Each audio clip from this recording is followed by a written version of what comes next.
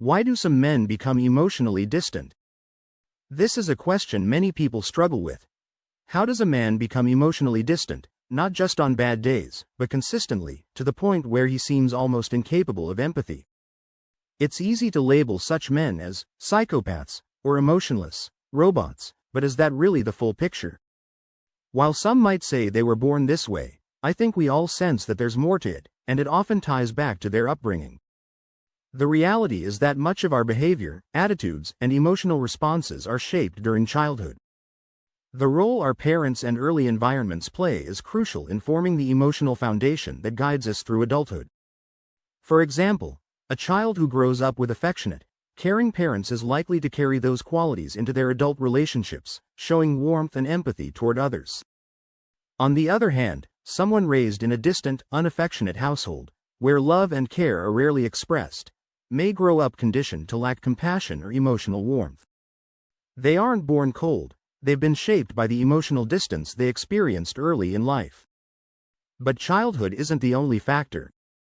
Traumatic events, even those that occur in adulthood, can dramatically reshape a person's emotional landscape. When we experience trauma, our minds often develop what I call counter biases or defense mechanisms. If you nearly drown in the ocean, you might develop a strong aversion to swimming or even avoid being near deep water. If you suffer a severe burn, you may become hypervigilant around anything flammable. These are survival instincts kicking in, designed to protect us from future harm. In the same way, emotional trauma can cause a man to close himself off emotionally.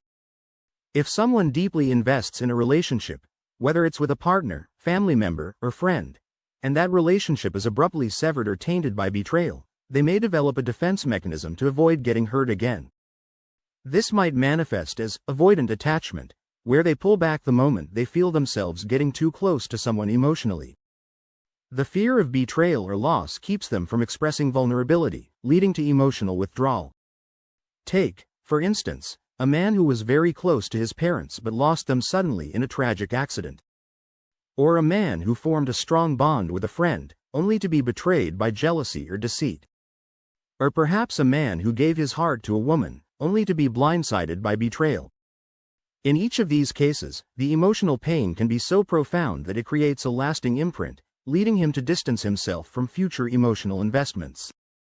However, not all men respond to trauma by becoming emotionally cold.